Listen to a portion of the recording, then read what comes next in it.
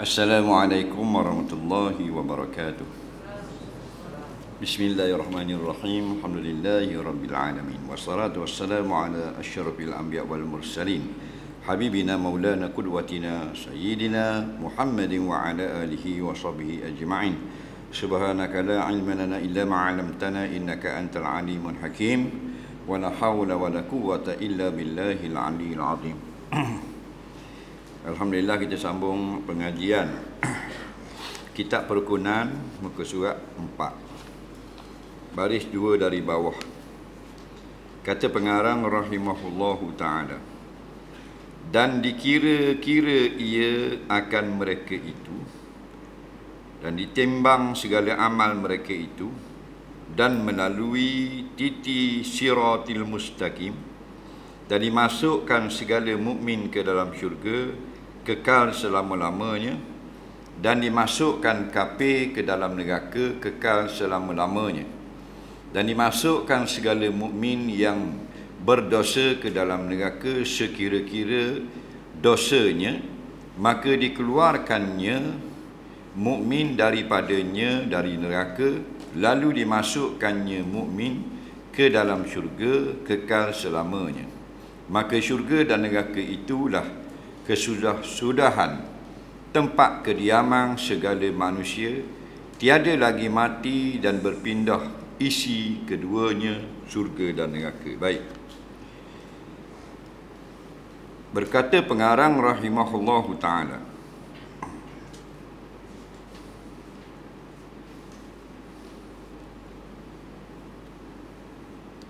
dan dikira-kira ia akan mereka itu, maksudnya apabila dibangunkan manusia di padang mahsyar nanti, antara sebabnya untuk dikira, bukan kira berapa orang, kira setiap orang itu apa benda yang dia bawa. Yang ditinggal dikira juga, iaitu harta. Kita bawa, kira, yang tinggal pun kira. Apa benda yang kita tinggal? Dunia. Dipanggil meninggal dunia, kira. Apa yang kita bawa? Amal, kira juga. Dan dunia kita tinggal. Dunia setakat dunia sajalah. Lepas tu buat mari semula segala harta, wallahu a'lam, sama ada Allah tunjuk semula segala harta kita ada cokoh depan masa hari perkiraan atau gambarannya saja. Semua itu mudah atas Allah, yang kita yakin akan dikira. Nabi sebut dalam satu hadis, baru lagi baca, Nabi kata, la yazalu qadama ibni adama yaumal qiyamati indallahi hatta yus'ala an arba'. Tidak akan dapat berganjak dua tapak kaki manusia pada hari kiamat di sisi Allah. Maknanya pada hari Allah membicarakan kita, kita tak boleh gerak lagi.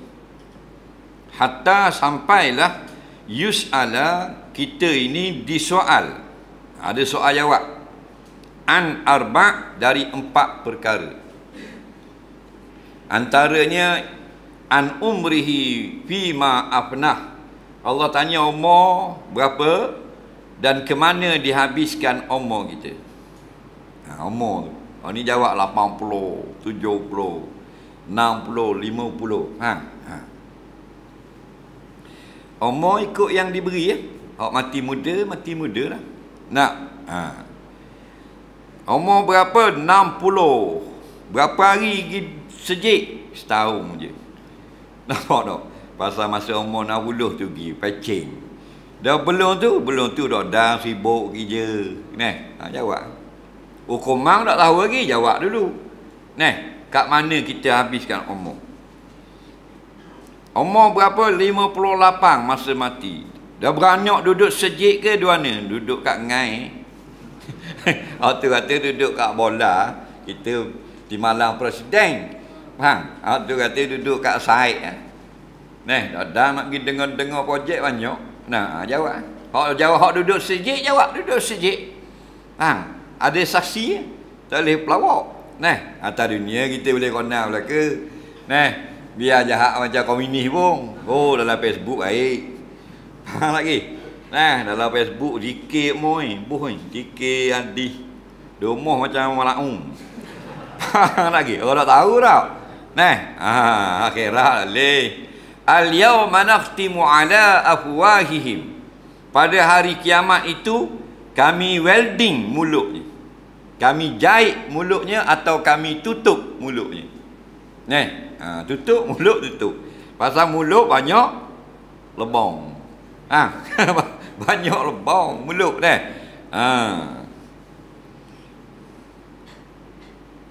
Kami tutup akan mulutnya. Dan benda yang bercakap. Wa tukallimuna aydihim. Kami akan jadikan tangan mereka itu boleh cakap. Tangan kita boleh cakap lagi. Tangan boleh cakap tu guna itu.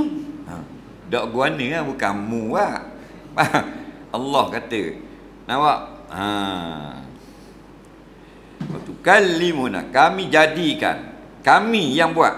Bukan kerajaan Malaysia awak boleh cakap. Kami, Allah yang buat. Tangan kamu ni boleh cakap. Mulut kata, dak. Tangan kata, ya, saya ambil duit tu. Saya curi tabur masjid. Saya ambil beg duit orang jatuh buat lari. Saya susuk kamera budak tu. Tangan. Wa tashhadu arjuluhum bima kanu yaksibun. Dan kaki pula, ya betul. Saya jadi saksi. Apa yang tangan kata itu betul. Saya jadi saksi. Kita nak pergi mana kita? Faham lagi? Jeng. Nungguinnya. Ada dunia. Memang smart kita. Boleh spin. Betul tak? 360 boleh, 720 boleh. Nak kena berapa kali pusing. Double sama soh boleh. Nak lipat mula. Kok jenis kaki kecil orang tau. Tolong dah. Habis orangnya kecil. Kawan tu 400 setengah, itu 1,300, tu 400. Nak? Itu dunia. Dunia atas badidang. Dan di antara soalannya an malihi min aina iktasabah. Daripada harta kita yang kita ambil, kita buat balik di rumah, kita milik, kita tukar nama kita, kita guna. Bagaimana cara kita dapatkannya? Ikut tak syariat fiqh Islam. Nampak? Pada dalam fiqh dia ada hukum mengambil harta. Hukum pinjam, hukum sedekah, hukum hebah, hukum terima wasiat, hukum jual beli, hukum hutang, hukum gadai. Pinjam barang orang dok khabar, tanya. Ambil barang orang dok bayar. Piah dok bayar. Biar buat mayang. Boleh jawab belaka molek, alhamdulillah. Tak lepas jawab, balik awal. Go back yearly. Balik awal. Tahan tak balik awal. Boleh sakit Allah Rabbi. Tanya. Itu. Ditimbang segala amal mereka itu, amal pula timbang. Yang kita tinggal ditanya, rumahmu dulu batu buruk, rumahmu dulu dua tekak bukit ayung, tanahmu itu di Kedah Buluh, tak ayah kepeng itu mengkhabar kepada arwah anak-anak si mati bayar dah. Sudah kerja. Dia beli tanah 140,000, faham tak lagi? Dah bayar lagi. Mati tuang tanah. Jadi dia kata bayar dah. Beli dia tanah tu. Pelawak. Buka lagi akhirat. Kalau sejeka tipu tanah orang, 7 lapis bumi belik tekok. Di alam barzah. Siapa yang dibelik lehernya di dalam barzah, dia akan dibelik lehernya di dalam neraka. Nampak? Kerana barzah itu hanyalah sekadar satu lubang kecil daripada lubang besar dalam neraka. Barzah itu kalau dapat nikmat hanyalah satu daripada kebun yang sedikit saja. Nak banding kebun syurga sungguh. Nampak? Di dalam syurga. Jadi masalah timbang amal ni macam mana? Kata setengah ulama, amal itu Allah jadikan berjisim, bertubuh. Amal baik jadi bertokar, lalu diletak di sebelah neraca yang kanan, dacing hot nimbang tu lah. Faham? Di tengah tu ada tiang. Dan dirupakan, digambar, dijadikan pula berupa berbentuk amal yang jahat, diletak sebelah. Itulah kinayah daripada dosa dan pahala. Pahala itu ibarat gaji bagi berbuat baik, dapat bayarannya di akhirat, dan gaji itu ditimbang. Adapun dosa maksudnya kinayah, sindiran cakap daripada balasan yang akan kita dapat. Qadar mana banyak dosa, qadar terdapat banyak balasan. Jadi pahala timbang sebelah, dosa timbang sebelah. Jadi pahala Allah jadikan berbentuk sehingga dapat diletakkan atas neraca, dan dosa pula Allah jadikan berbentuk sampai dapat diletakkan dalam daun neraca yang belah kiri, lalu ditimbang. Dan pendapat yang kedua, iaitu buku kita itu sendiri yang ditimbang. Buku kanan kita bubuh belah kanan, hak amal baik. Buku kiri kita bubuh belah kiri. Kalau buku kanan kita berat 10 kilo, buku jahat kita, buku dosa kita 8 kilo, alhamdulillah. Faham? Kedua-dua pendapat itu adalah daripada ulama ahli sunnah wal jamaah.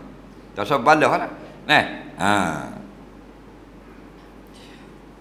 Wa amma man sakulat mawazinuhu fahuwa fi 'aisyatir radiyah.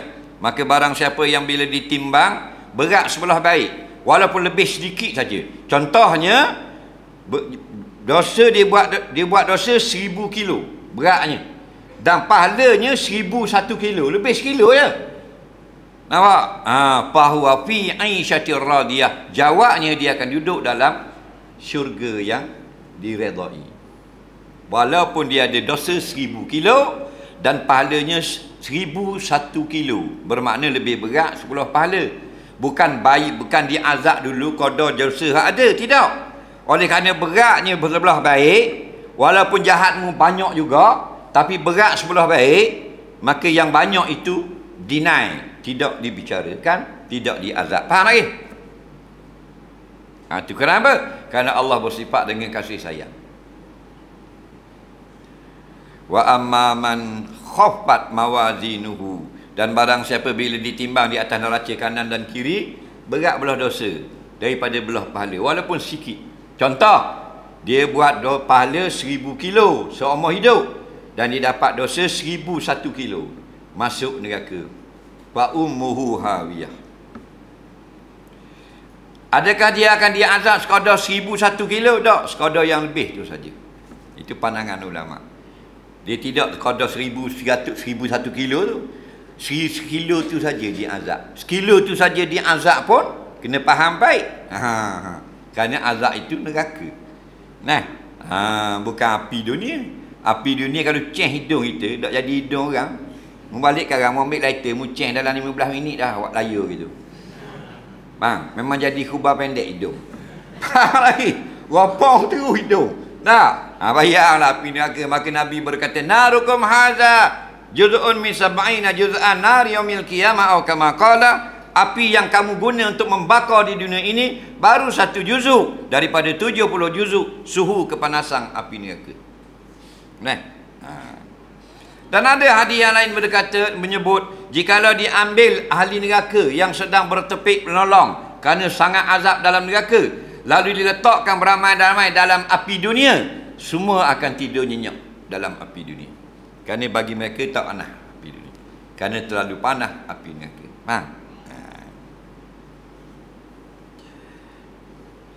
Dan kita nak banyak belah mana? Ikut suka kan? Kita nak terang masuk neraka kali Mama. Faham? Allah bagi ya. Allah bukan kerja jadi rayok muka. Faham? Muna nak semayang pun mukamu dalah tu. Faham? Mungkin minarak pun muka dalah kau. Bukan bila minarak muka jadi macam dinosaur tau. Cuma akhirat.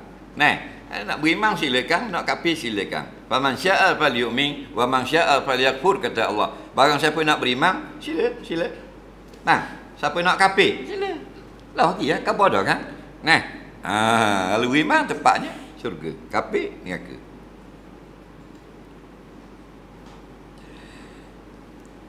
Boleh kecek tak timbangan? Tak. Kerana timbangan itu benar. Wa nadha'ul mizan, kami akan letakkan mizan. Mizan mana? Mizan yang bersifat pada al-yaumul haq, pada hari itu. Mizan timbangan bukan macam timbangan kita pasar. Boleh jah. Pusing kat belakang. Boleh jah. Bahan suku kilo, bahan 20 gram, bahan 5 gram. Tak. Walaupun kebaikan yang membuat halus seperti bulu roma, ada naik dalam timbangan. Allah tidak akan zalim sesiapa pun dengan timbangan tadi. Nampak?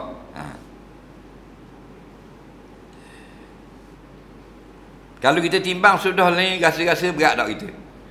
Berat nadang tau. Timbang lah sudah. Kalau kira berat nadang ni, tu kena banyak istighfar.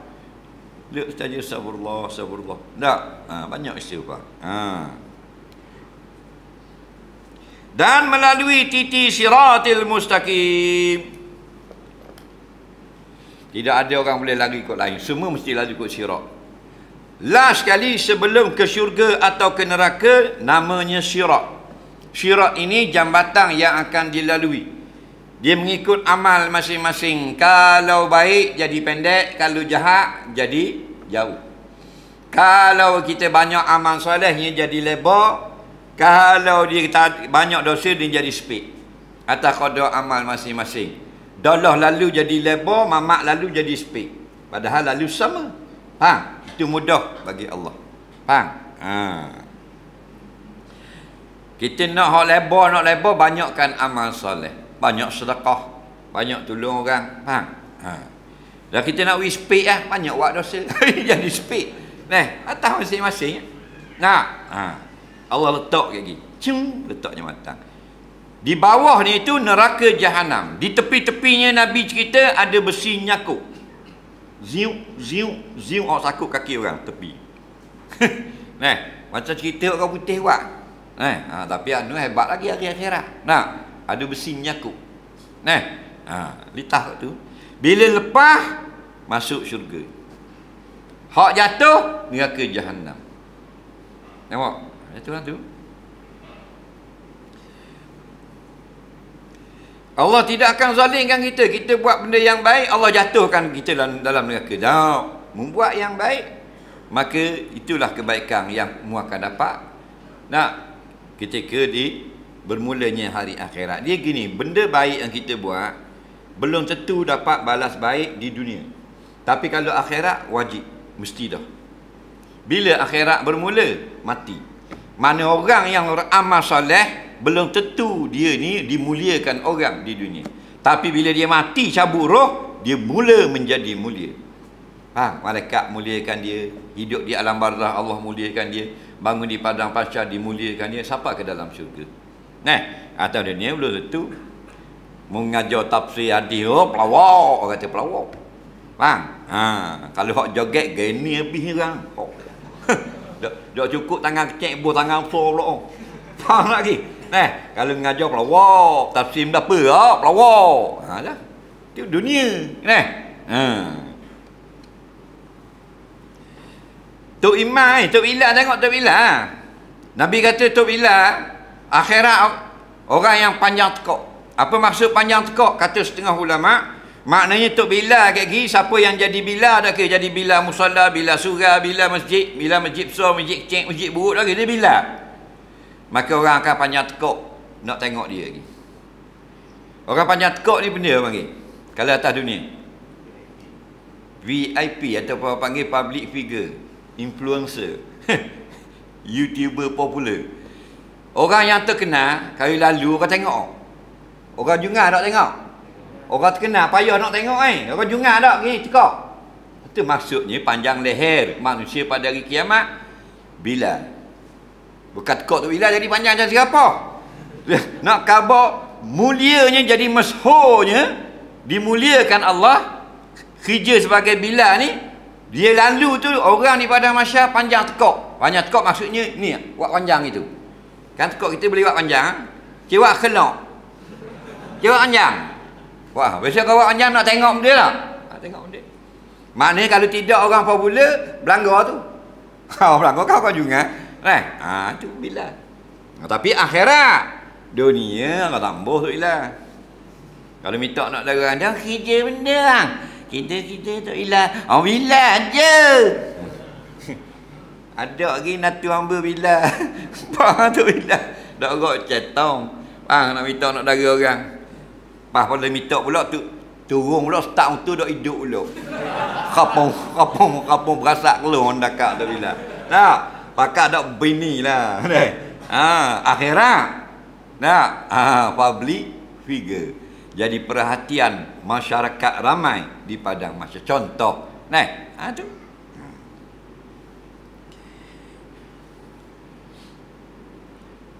Wa minkum illa wariduha, tidak ada kamu dapat pergi ke lain lagi melainkan kamu mesti tidak dapat pergi ke lain, kamu tak boleh pusing, kamu tak boleh undur, kamu tak boleh lari illa melainkan wariduha, kamu akan lalu di atas neraka jahanam. Ni syirak ayat Quran, faham? Kena lalu atas dunia boleh tembak. Roadblock ada depan tu, kat kubur atas tu belum si agam. Kau nak mula bang aku surah panjang. Tu nak? Nak lipat aku surah panjang tak boleh. Ada gok dia biji. Mari tang sini pula dah buluh. Boleh mana? Nak katak apa? Nak hari dah buluh 3 terapik duduk tengah jalan. Masuklah kubur ziarah. Allah ya Allah. Ziarah kubur. Tak benar kau.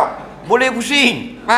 Ni dah dah tembak. Illa wariduha, mereka kamu semua mesti lalu di atas neraka jahanam. Yang atas neraka tu Allah letak sirat. Faham? Ini lalu.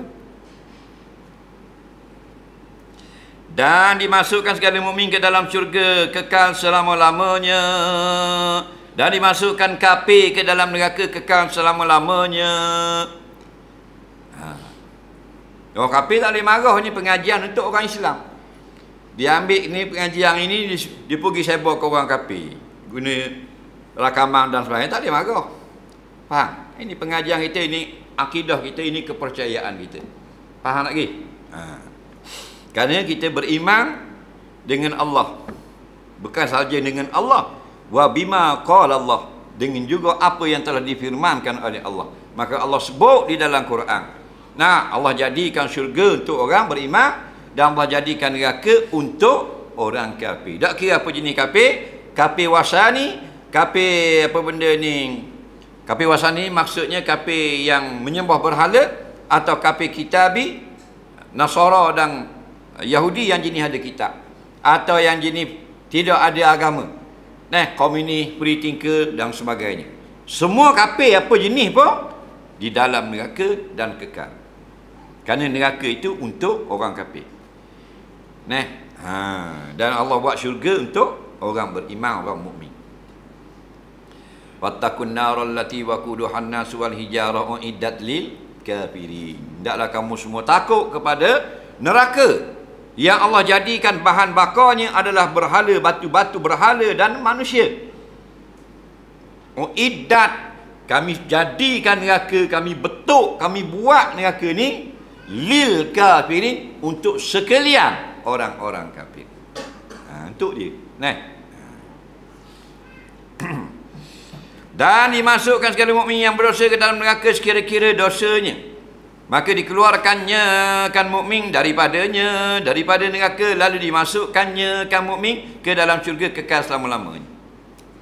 Dalam kitab-kitab hadis, banyak hadis-hadis sahih menyebutlah, iaitu sebagai tafsiran kepada mana-mana orang beriman yang dosanya lebih banyak daripada pahala, dia dimasukkan ke dalam neraka.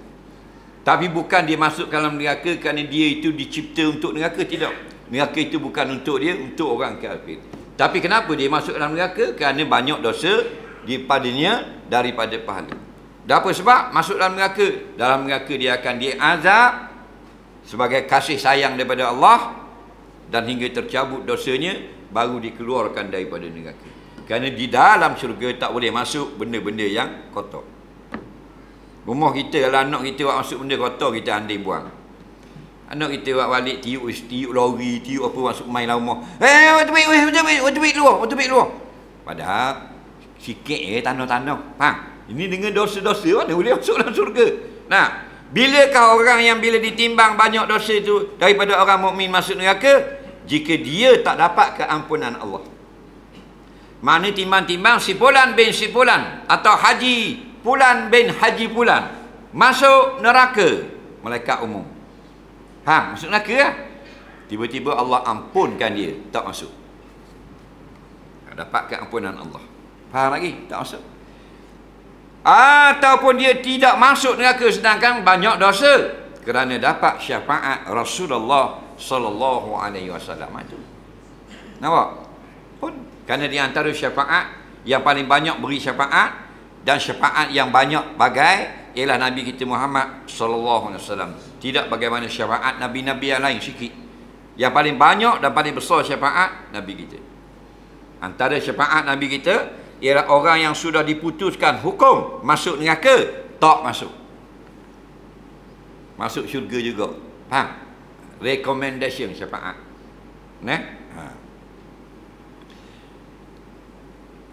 Tak jadi masuk, tak kena azab langsung. Padahal banyak dosa. Dan ada orang yang dia ada masyarakat nanti, dia tidak ada amal, dia hanya ada iman saja.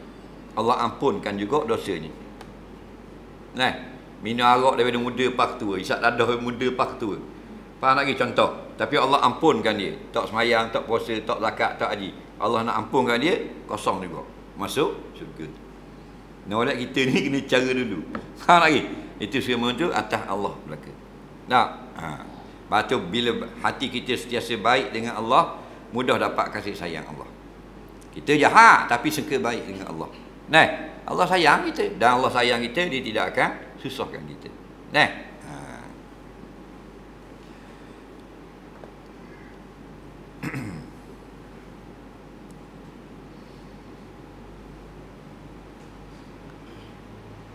Dimasuk lama mana orang mukmin masuk dalam neraka sekadar dosanya.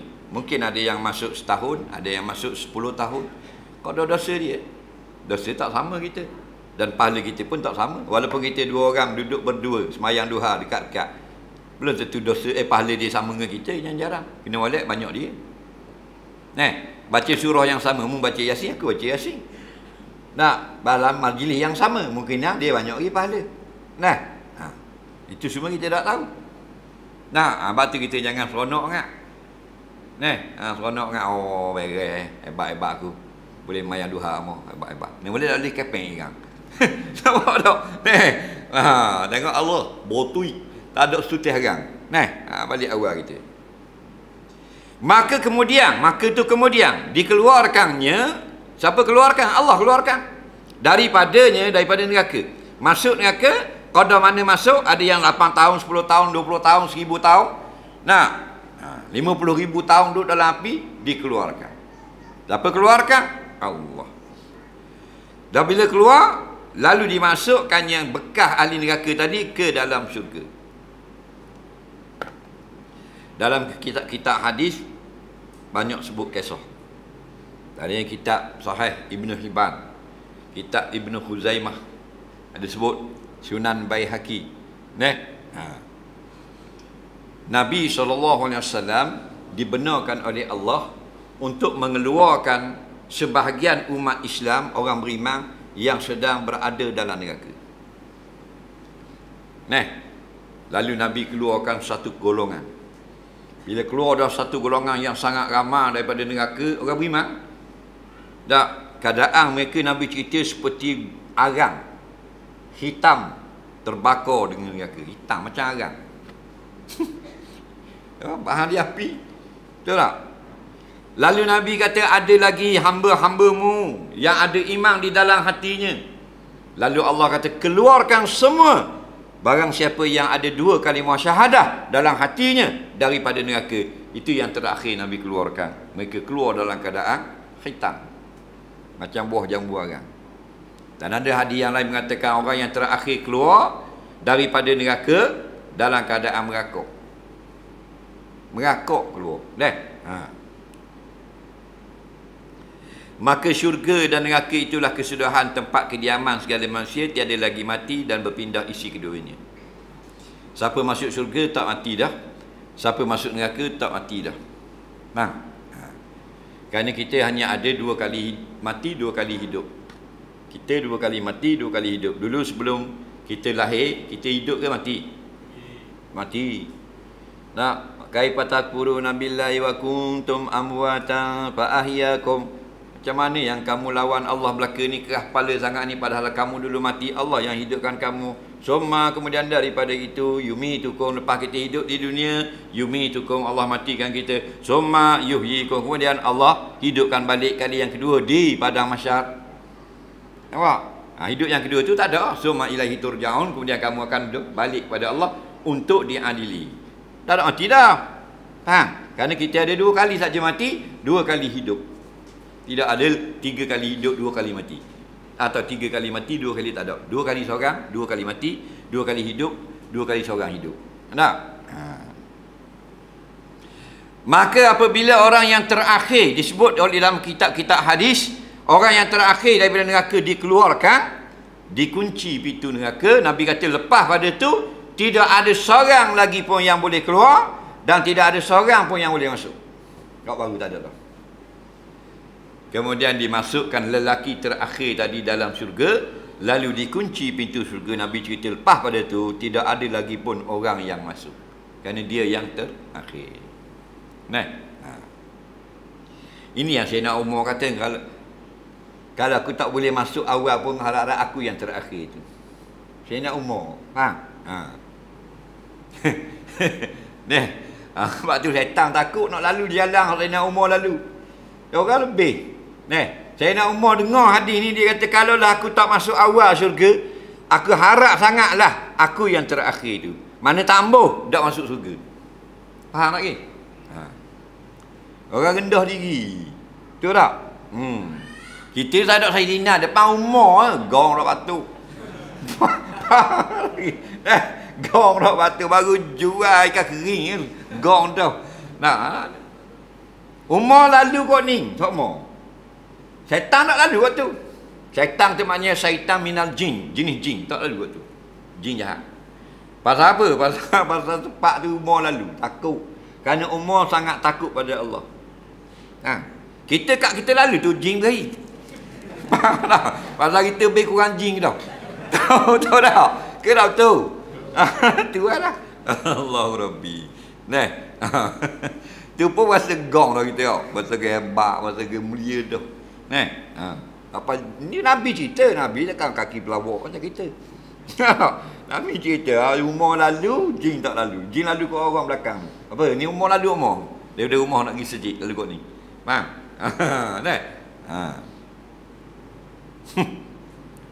Kita jin dah.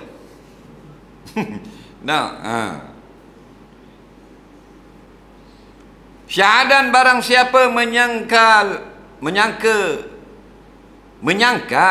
akan hari kiamat atau dipersenda-sendakannya kiamat, katanya tiada aku takut akan hari kiamat atau akan bahaya kiamat, maka senya jadi kafir. Orang yang menyangkal maksudnya orang yang menolak adanya hari kiamat, kafir. Kenapa? Segala barang yang dibawa datang kepada kita oleh Nabi SAW, sama ada namanya Quran atau namanya hadis-hadis yang sabit daripadanya, wajib kita terima. Itu namanya Islam. Islam ini al-inqiyadu bima ja'a bihin Nabi SAW min syar'iyyatillah wa ahkamillah. Itu mana Islam, menerima dan menjunjung segala perkara yang dibawa datang oleh Nabi Muhammad SAW daripada Allah. Datang kepada Allah melalui batang tubuh Nabi. Kalau wahyu namanya ayat Quran. Faham? Kalau lapah itu daripada Rasulullah namanya hadis. Dua ni panggil. Dua ni. Itu yang kata taraktu fikum amraini. Aku tinggal pada kamu dua benda. Ni Quran dan hadis. Ulama menjelaskan supaya kita tidak babah. Jalan betul dah nak pergi Kuala Lumpur. Cuma JKR tugas dia buat papan tanda untuk memudahkan laluan. Faham lagi? Konan, jangan memotong. Tanda nak pergi sini, nak isi minyak, dia buat tanda. Nak memudahkan. Jalan tu. Tak ada ulama payah. Nah, main seterik dah tak ada tanda-tanda sikit apa dak pun tanda sikit. Tahu dah jalan ke korpo dah takut kona kan. Itu masalah. Nah.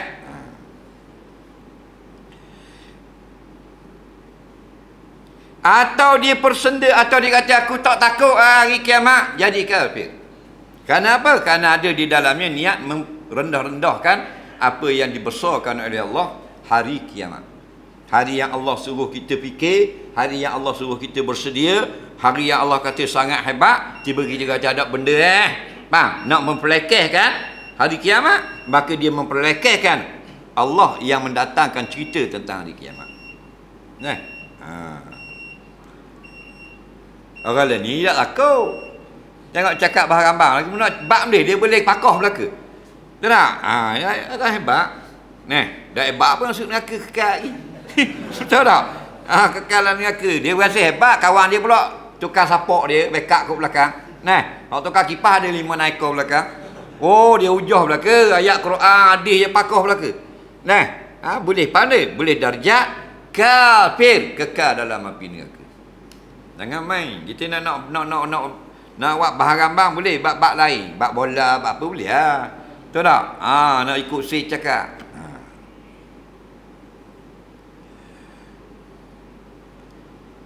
Yang keenam, percaya akan untung baik dan jahat. Wallahu a'lam.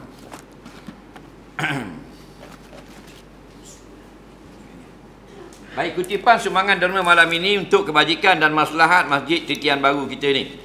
Sila tolong jalankan tong masjid kanan dan kiri jemaah untuk gerak-gerakkan tong sambil kita beri sumbangan derma.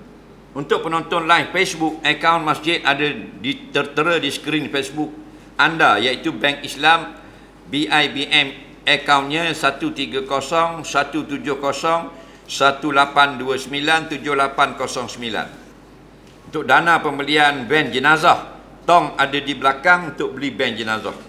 Bang, nak beri sutir bank pun tak apa. Second hand pun boleh. Dah, baru lagi mujur. Betul tak? Untung ni orang yang ada PT 300,000. Faham lagi? Dah, dengar mana ni nak bank jenazah. Nah, cari bank-bank hok second hand sutir anggo 50,000 ambil. Tu kalau kita ui bank jenazah pun orang lain naik ustaz, kita tak naik. Dah biar orang lain naik dulu. Mu naik ke diam apa? Asal wim dia dia nak guna kau. Mu nak KO awal. Faham lagi? Biar kita bank jenazah kalau tak naik pun tak. Biar nak orang lain naik dulu. Nah.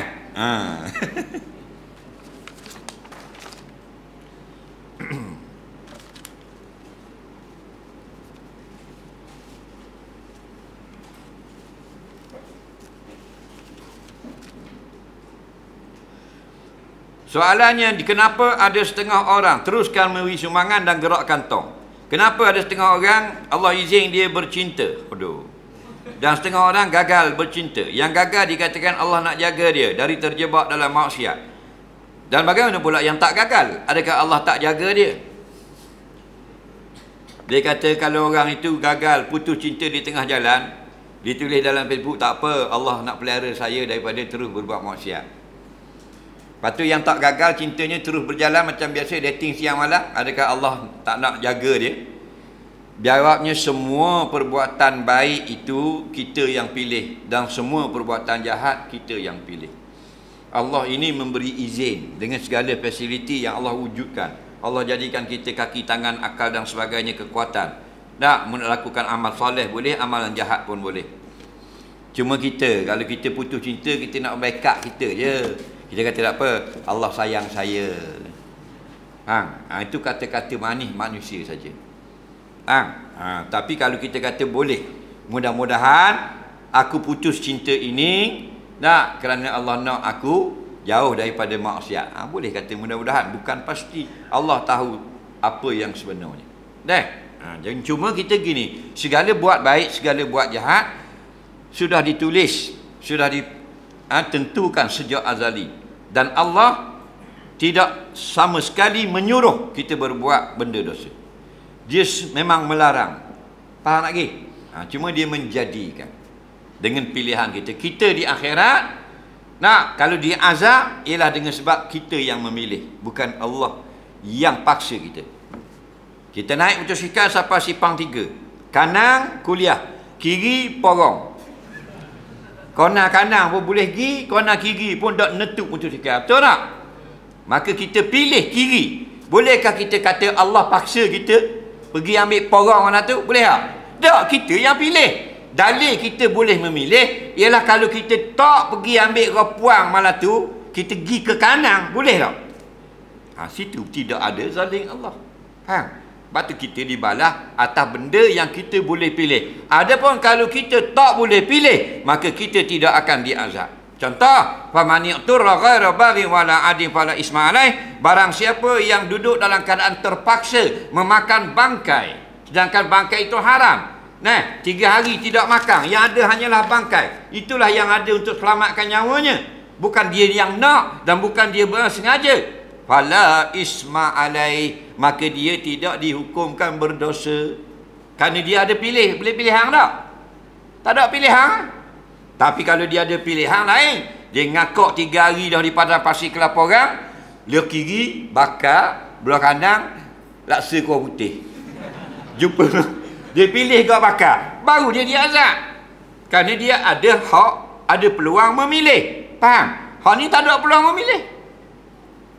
Jadi kalau pelaku-pelaku maksiat tu, dia ada tak peluang memilih? Dia tak mau berkapa malam ni. Betul dah dia bercinta, tapi tak mau keluar dengan tunang dia.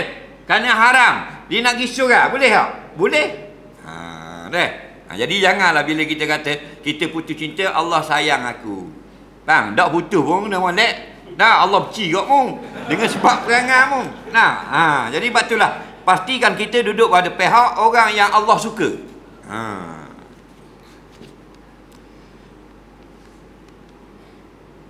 Macam mana nak khusyuk dalam sembahyang? Kadang-kadang tengok gambar dalam sejadah berimajinasi macam-macam, saya duduk fikir. Sebab tu jangan tengok benda-benda yang boleh mengganggu fikiran. Kerana itulah maknanya di dalam mana-mana kitab dikatakan dilarang meletakkan perhiasan-perhiasan pada hadapan masjid. Kerana orang tu dia akan tengok. Kalau boleh ayat-ayat Quran itu letak di belakang masjid, di tepi. Kita tak pakai bubuh depan belaka. Sejadah, kamu tengok gambar sejadah. Kadang-kadang mayang tengok batas baju orang.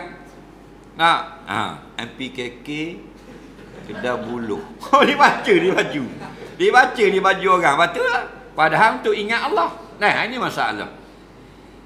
Di rumah, tengok di rumah pula. Dia mulai sayang bola, mayang dah tutup TV. Dia keling kau. Mayang. Go. Tupik kau mulut. Punah kanuh habis. Jadi kalau buka nampak sejadah, gambar orang, gambar perahu ke gambar masjid ke kadang-kadang lala. Tutup mata kata ulama. Soalan seterusnya. Tengah saya berhenti surau sebab sakit perut. Tengah basuh baru sedar tak ada sabun. Saya basuh cuci guna air. Saya nak solat. Lepas tu tangan saya ada bau tahi. Saya tak cakap nak basuh dah. Bau juga. Jika kita sudah cebok najis, kemudian kita sudah bersihkan sungguh-sungguh tangan kita, ada bau saja dimaafkan. Sah mayang. Yang tak boleh ada 2 sifat. Bau ada, warna pun ada kau. Tangan kuning tangan. Faham? Bau pun ada. Tak boleh. Tapi kalau ada 1 sifat saja, iaitu daripada sifat yang degil. Contoh, baju kita kena darah. Kita pun basuh. Bos sabuk, tanggal habis dah. Cuma warna darah tu ada lagi. Faham? Bau darah tak ada dah. Pegang tak ada jirim darah. Warna saja ada. 1 sifat saja ada. Dimaafkan. Faham? Sebab tu tak sunat. Dan tidak disuruh. Lepas basuh berak, tiung tangan. Faham? Jangan. Cuma kita basuh je dengan bersih. Nak basuh berak ni gini. Jari tengah. Orang nak basuh dengan tapak tangan. Jari tengah. Faham? Jari tengah ni buat naik gini. Jari ni duduk bawah gitu. Gitu basuh berak. Dengan 1 jari. Tempat keluar kat kecek. Bukan besar kipas angin lubang. Faham? Kecek saja. Mu letak situ mu gonyok. Di sini saja. Ni. Faham lagi? Kita gitu ho. Habisnya peluah tangan. Faham? Ni akak gitu turut buat Kepit sini bawah ni. Faham? Ajar. Ni. Ni punggung ni. Dubur. Gitu. Tapi biar habis berok dulu. Ni tengah berok. Lak dah. Faham? Lepas tu basuh tangan. Ada orang dia kata orang suruh cium. Orang tak suruh. Ulama tak suruh. Tak apa suruh cium. Dia pergi cium. Ada lagi. Tu orang tayak awal dia pada cium tu. Ada lagi Rasul. Ada lagi. Assalamualaikum warahmatullahi wabarakatuh.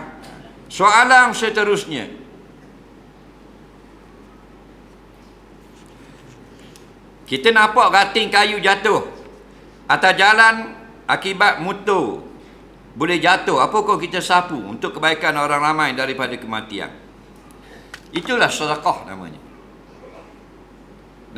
Tutup kenali jalan bawa tokak. Itu kelebihan orang pakai tokak. Jadi kalau ada apa tank apa semua dia kuih. Sekarang budak-budak main berlari dak jerit tank. Kuih. Ada rating kayu je kuih. Kalaupun kita sepak dengan kaki sekalipun dapat pahala kau. Faham? Kerana apa? Kerana kita ni mengamalkan satu konsep yang sangat disuruh Islam. Nampak? Ad-dararu yuzalu. Kemudaratan itu kita hilangkan. Boleh pahala. Naik motor ada besi ke apa tengah jalan. Kita elok. Alih tak? Dah. Dia orang belakang mampu mu. Faham lagi? Itu bukan konsep Islam. Konsep Islam parking lu motor, alih. Tak? Ramai mana orang tak kena? 40 orang tak kena, 40 pahala. Nampak?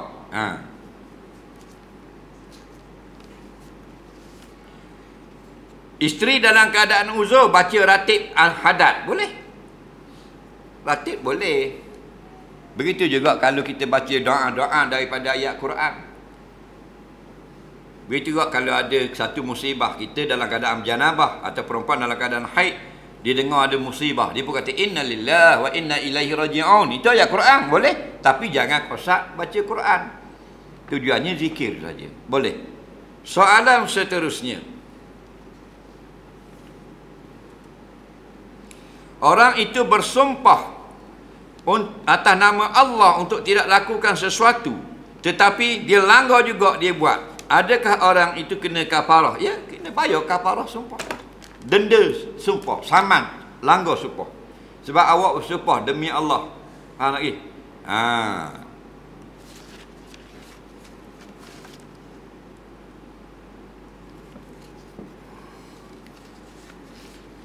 Jika kita meletak di Bukit Payung pada hari Jumaat, kita pergi naik houseboat, adakah wajib atas kita menunaikan solat Jumaat? Jawabnya ya, jika di sana ada masjid. Dan kalau tak ada masjid, kita keluar dari houseboat, pergi semayang dulu. Faham? Ketika solat sama ada sengaja atau tidak sengaja, boleh saya jelaskan. Jika imam makmum berdehem atau batuk dengan sengaja, adakah dikira sebagai berkata-kata, adakah boleh menyebabkan solatnya batal? Kalau kita semayang, kita buat begitu biasanya sengaja ataupun sebab sesuatu lekat di leher. Biasanya ada masalah tekak kita tak? Ada tak orang saja-saja geheng? Tak ada. Tak sihat tu. Faham lagi?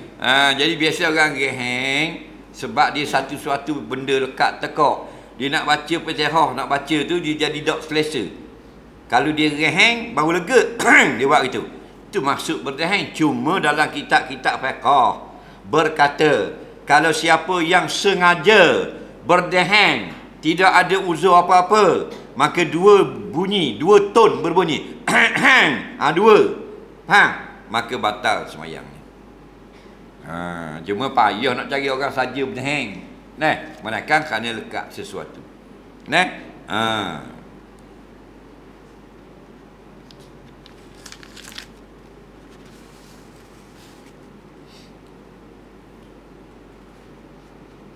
Tadi seekor burung hitam hinggap di depan pintu rumah saya. Saya rasa tak sedap hati. Beberapa minit kemudian seekor ular tedung datang depan rumah. Ular itu pun menatap mata saya di dalam rumah saya dan dia pun lari. Soalan saya, adakah itu petanda kematian? Insya-Allah tidak. Cuma baik kamu berdoa kepada Allah, minta perlindungan daripada perkara-perkara yang tidak baik, daripada keburukan makhluk-makhluk Allah. Nah, gitu.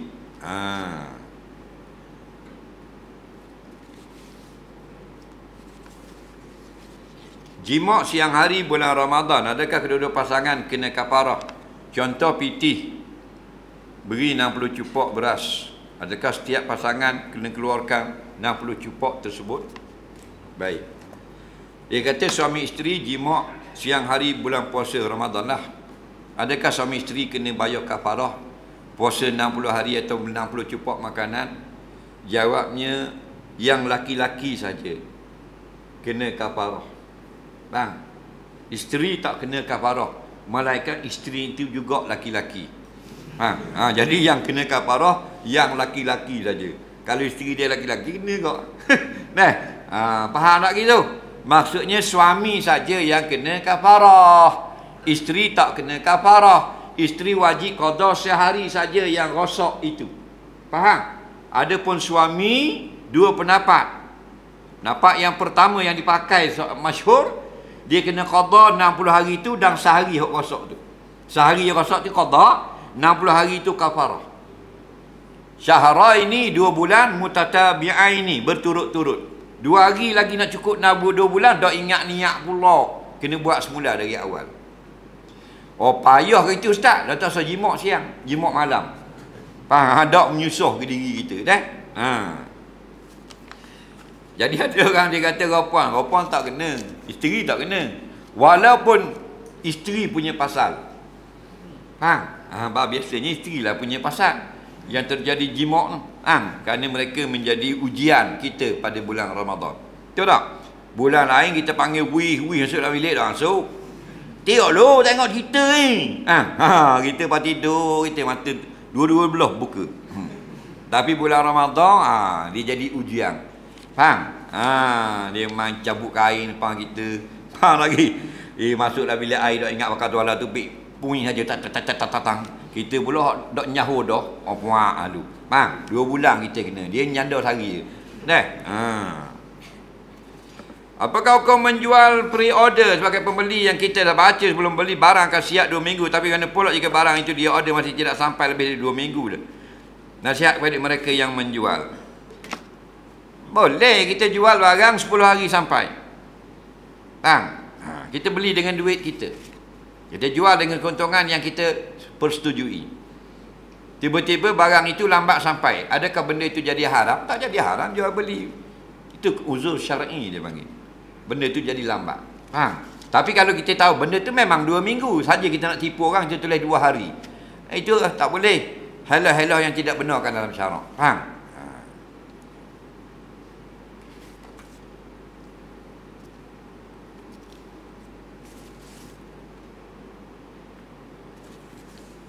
Masa Nabi dalam peristiwa Isra Mi'raj jumpa Nabi yang di langit itu akan jumpanya roh ke mana? Ya, roh para Nabi.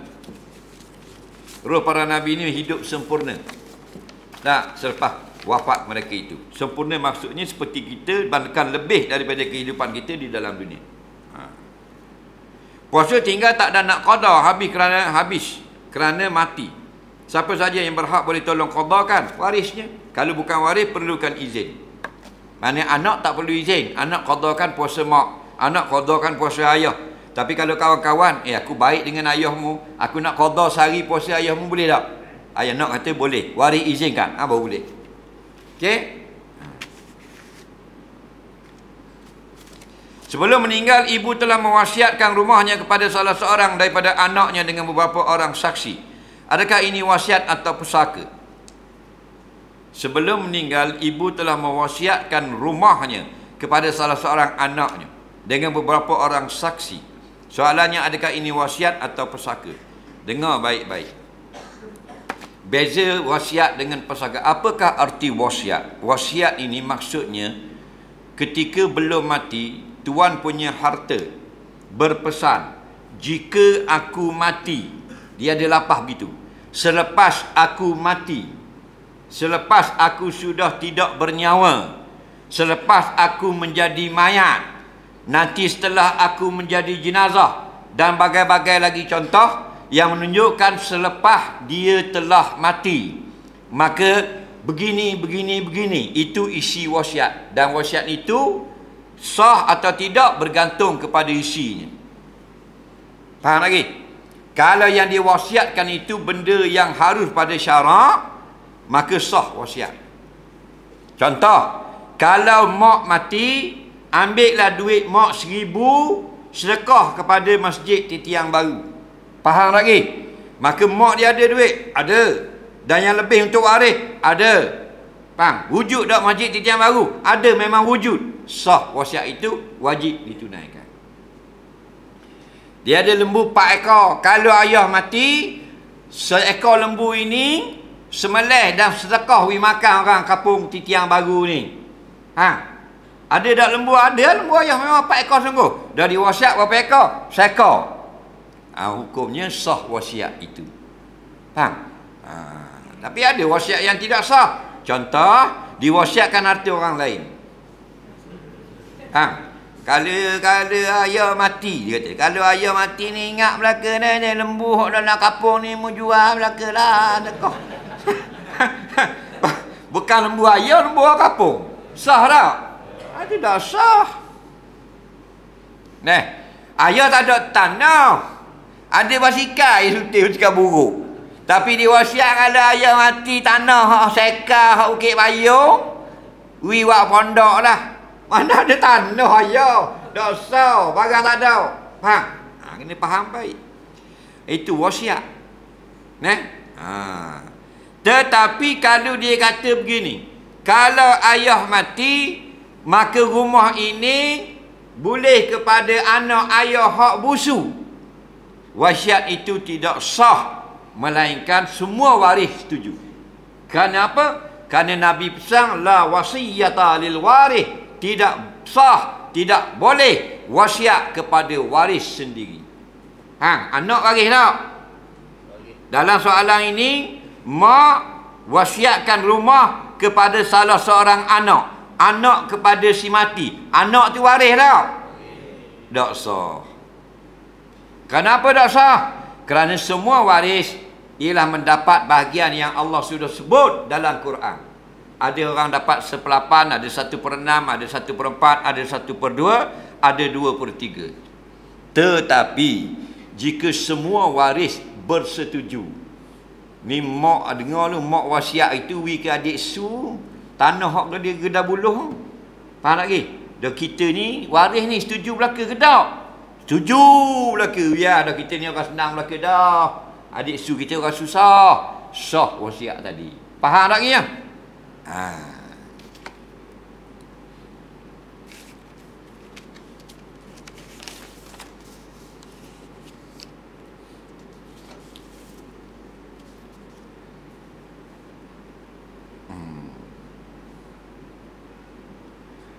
Pasangan berzina di siang hari kena kafarah tak bulan puasa? Kena kafarah lah. Yang laki-laki dosa berzina lagi. Allahu Rabbi. Ramai jemaah komplain bab meja kuliah itu duduk di depan menyebabkan pandangan terhalang dengan tiang. Tolong adjust semula bulan depan. Tiang duduk belakang ustaz pula. Tiang mana? Tiang ni. Lain kali pun depan boleh? Tiang tu pula kena buang. Banyak tiang lah kena buang. Tak apa dah.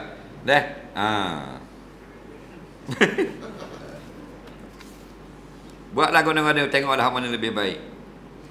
Pemberita TV masih tidak tutup aurat. Dah mana soalan? Itu menteri-menteri kita. Kita asatidah ni sebut je. Kewajipan apabila Allah Ta'ala beri kita kuasa memerintah, tak mesti semua benda kita boleh buat. Tetapi jangan tinggal siap dulu. Kena bersuara. Mana baik suara kita dahulu atau suara kita sekarang? Faham lagi? Baik suara kita dulu. Dulu kita tegas. Betul tak? Sekarang kita sudah senyap. Ke tak betul? Dulu lambat ada isu aurat dan sebagainya, kita lantang bersuara. Betul tak? Sekarang kita senyap je. Mu tengok aku tengok mu. Faham lagi? BT ada duit lah kau cek dah. Itu masalah. Jadi Allah uji kita. Jadi kadang-kadang betul lah ada orang kata lebih baik kita jadi pembangkang dapat banyak pahala. Anak-anak muda kita sentiasa bertakbir dalam program-program di ceramah-ceramah. Faham? Lain ada anak-anak muda takbir. Ada lah, beskar pula bang. Gitu punggung. Faham tak lagi? Gohib bersama YB. Laki-laki okey lah, puang. Kalau seksi-seksi tu. Tak? Dulu kita ada gitu. Tak ada. Jadi kita haraplah memberi kesedaran kepada pimpinan-pimpinan kita untuk kembali ke pangkal jalan, betulkan keadaan. Faham lagi? Kerana setiap Allah beri kuasa, Allah nak kita lakukan sesuatu. Ma la yudraku kulluh, la yudraku kulluh. Kita tak mampu buat semua, tapi jangan tak buat apa langsung. Buatlah apa yang kita boleh buat. Kawan-kawan, kita ada beberapa orang menteri bersuara untuk menganjurkan tutup aurat dan program-program dalam televisyen dan sebagainya. Kerana joget ni kau paruk dia ni. Tak? Kau gila dia ni. Sedangkan kita sudah menerima gaji sebagai menteri. Suami yang dalam proses hijrah, supaya jangan sekali-kali mengulangi sifat-sifat mazmumah. Batu banyak dekatkan suami itu dengan majlis ilmu. Nak teman dia ke majlis ilmu, banyak kita share benda-benda yang teguran-teguran. Kan dia ni mudah dulu SMS dulu. Dia ni ada WhatsApp share dan sebagainya tak?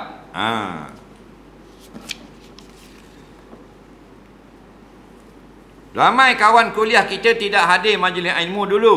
Mari sama. Lepas nikah senyap belaka. Macam mana tu?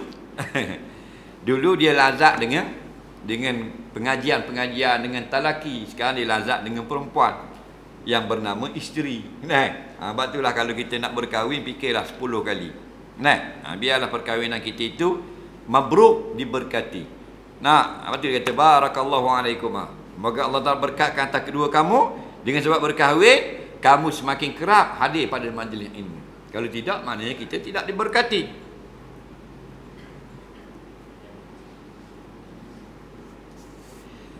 Saya bila cocok booster naik macam kurat atas kepala. Bolehkah saya cerita keburukan booster itu untuk maslahat sahabat Islam yang lain? Boleh. Asalkan memang sebab booster. Dia cocok naik. Dapat efeknya jadi kepala jadi kurat. Faham? Tak apa, jangan berbohong dah lah. Tak boleh. Kita berbohong. Untuk orang buat penjagaan atau pihak yang menyediakan ubat untuk buat kajian dan sebagainya. Kritik itu biar membina. Apakah hukum suami semayang berjemaah dengan isteri tapi suami hanya pakai kain pelekat saja? Anak kucing kita mati, kita letak dalam plastik, buang tempat buang sampah. Tak apa ke kita tidak tanam? Baik. Suami semayang pakai kain pelekat saja, tak pakai baju. Jawabnya boleh jika suami itu hanya ada selai kain pelekat dalam hidup dia. Nak pergi? Pernah seorang sahabat datang, sahabat lain mari cek sebab dia tak pergi masjid lama dah. Faham tak pergi? 2-3 semayang tak pergi. Rupanya bajunya basah, tak kering-kering. Dan dia duduk dalam rumah tak pakai baju. Ini diriwayatkanlah, kisahkanlah. Dia tunggu kering baju. Mana dia ni susahnya ada selai baju. Jadi kalau kita hanya ada kain pelekat je tak ada baju, tak ada masalah, tidak makruh. Tapi kita ada pakaian yang sempurna, yang cantik, yang boleh dikira sebagai berhiang untuk semayang. Tiba-tiba kita semayang kain pelekat saja, tak berbaju, itu dibenci syarak. Itu makruh, perbuatan yang tak molek. Kerana Allah kata, ya ibna Adam, khuzu zinatakum inda kulli masjid. Khuzu, pakailah perhiasan terbaik kamu setiap kali kamu mengerjakan solat. Kalau boleh kita pergi jumpa orang, jumpa YB, kita pakai baju RM40 selat. Untuk semayang RM400 selat, contoh. Itu maksud yang terbaik. Dan ada dalam hadis tentang Jumaat, Nabi kata barang siapa memakai pakaian yang paling elok yang dia ada, untuk semayang. Kita tak. Kalau jumpa orang lawa, nak jumpa Allah, piyah macam ke kain kesak kaki piyah. Lagi pati sawa kali tau. Kana bedang kali kana. Bukan tahi lipah. Anak kucing mati kita tak tanam. Jawabnya tidak wajib tanam, sunat tanam. Supaya tidaklah maknanya busuk mengganggu orang lain. Dan hukum tanam binatang ini kata setengah ulama sunat dan kata setengah ulama harus. Maknanya harus dibuku dan dibuang dalam tong sampah asalkan dia tidak merebak membawa penyakit dan sebagainya. Tapi kalau dia tidak tanam membawa penyakit, perbuatannya haram. Kerana mendedahkan bahaya penyakit pada orang lain. Maka yang afdal kita ambil perkataan ulama, tanam. Bukan kata kucing mampu. Segala lebihan tubuh kita pun sunat tanam. Kita gunting rambut, sunat tanam. Tapi kalau buang dalam tos apa tak berdosa pun. Tapi sunat tanam.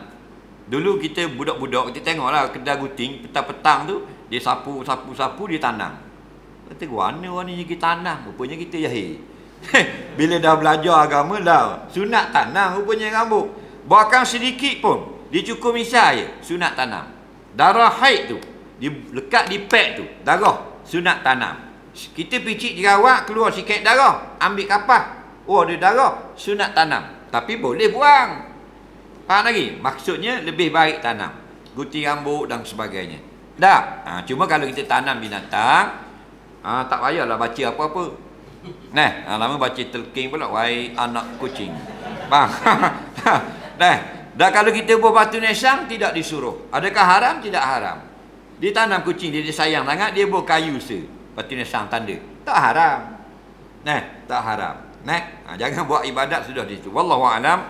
Bismillahirrahmanirrahim. Allahumma anfa'na ma 'allamtana, 'allimna bima yanfa'una, rabbana zidna 'ilma, rabbana atina fid dunya hasanah fil akhirati hasanah wa qina azabannar. Wassallallahu sayyidina Muhammadin wa ala alihi wa sahbihi wasallam. Walhamdulillahirabbil alamin. Assalamualaikum warahmatullahi wabarakatuh.